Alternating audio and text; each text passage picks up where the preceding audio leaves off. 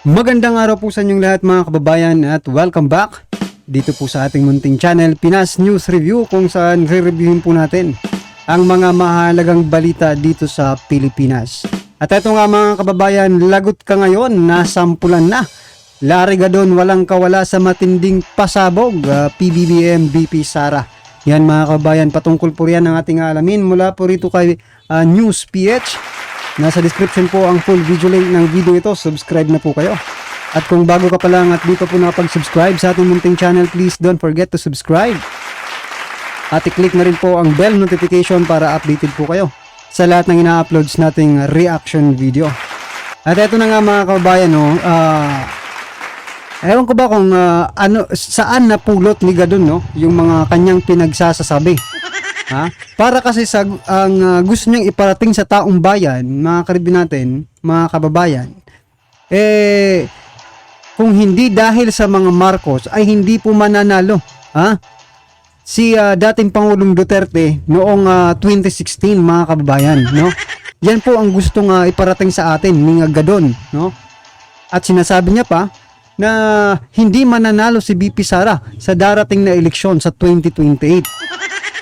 So ito mga kababayan, may ipapakita po ako sa inyo, kung talaga bang Marcos ang nagpapanalo sa Duterte, no? Kay dating Pangulong Duterte. Ito po, napakalino po nitong balita, no? Mula po sa GMA News Online noong 2016 election mga kababayan.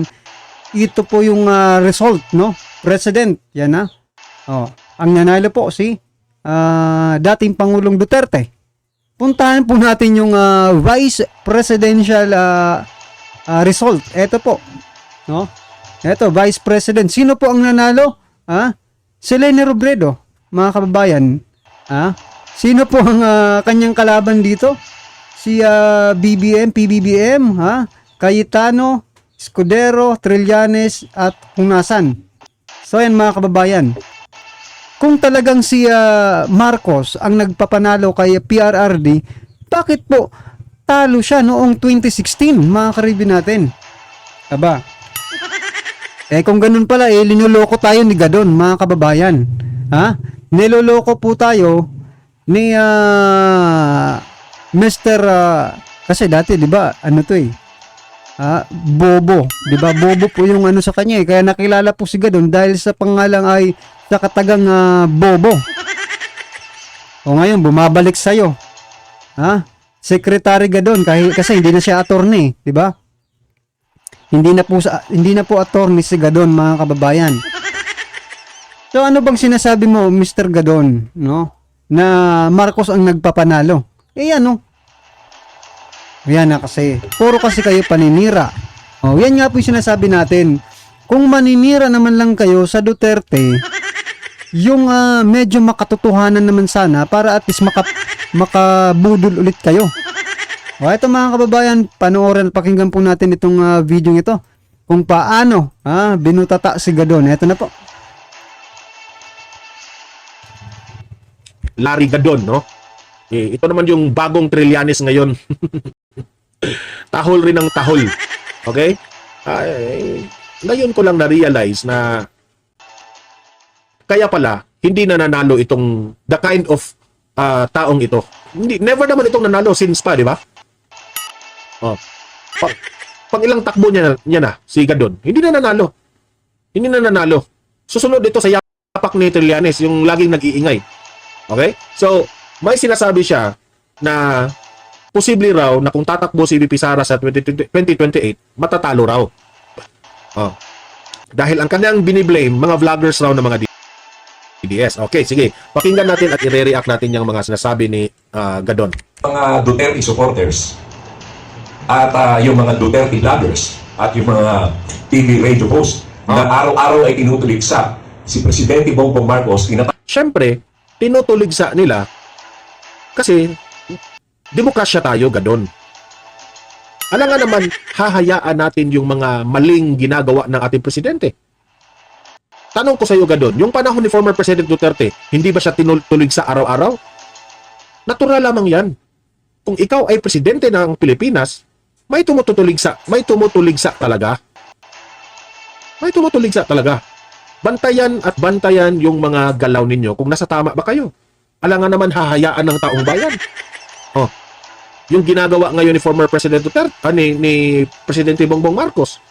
Oh, yung lagi niyang labas-labas sa ibang bansa. Alangan naman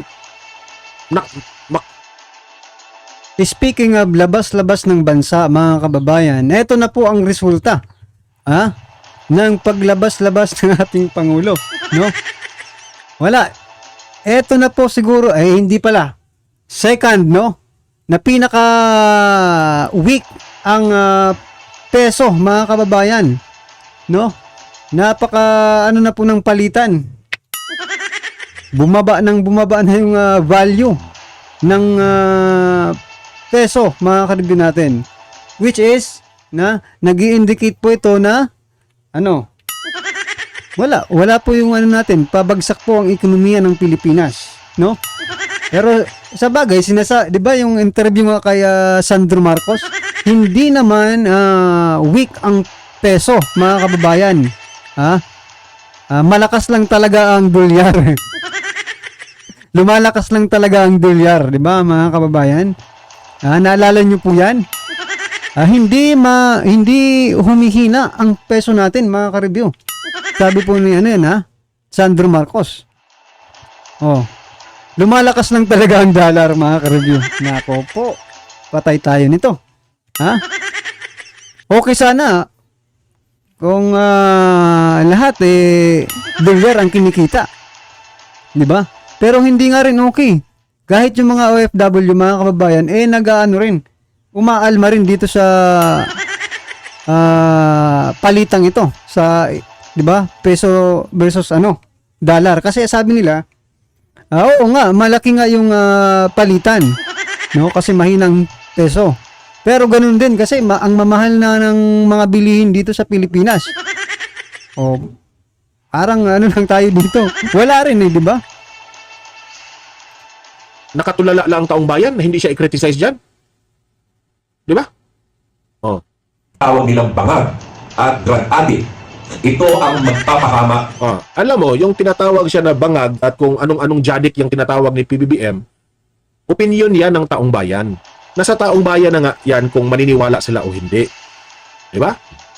Kaya nga, ang payo ni Attorney Salpanelo Gadon na dapat yung presidente mong si PBBM mas mabuting umamin siya o kung ayaw man niyang umamin, pakinggan niya ang hinanaing ng taong bayan na magpa-test siya. If possible, hair follicle test para mai-stop na itong issue na ito. Kung naniniwala ka doon at kung naniniwala itong si PBBM na malinis siya, ipakita niya sa taong bayan. How? Ang tanong, how? Papaano? Ipapa-hair follicle test siya. Yun lang naman ang solusyon.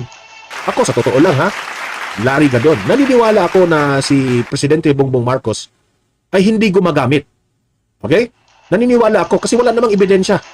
Ako, yung type of vlogger na evidence-based po ako. Naniniwala po ako kapag merong ebidensya. Wala pa namang ebidensya, walang ebidensya na gumagamit si PBBM. Yung mga sinasabi ng ibang mga vloggers at mga kumukontra kay PBBM na gumaganon raw si PBBM, ngiwi-ngiwi daw si PBBM, nagpapatunay raw na gumagamit. Hindi yan ang babasihan ko. I want to be fair here. Okay? Yung PIDEA leaks na yan, pinatunayan ni Bato na talagang totoo. Bakit nandyan ang pangalan ni Bongbong Marcos? Ngayon, walang ebidensya na nagpapatunay na yung nagpa-test si PBBM merong video or merong records na nagpapatunay na hindi yung dinoktor na negative siya. So hindi rin kami maniniwala sa test na yun kasi walang ebidensyang nagpapatunay. Papel naman po, di ba? Papel. Baka dinidiktahan. Baka merong ganung mga haka-haka at hindi ninyo maiiwasan mag-isip ang taong bayan na ganyan. Okay?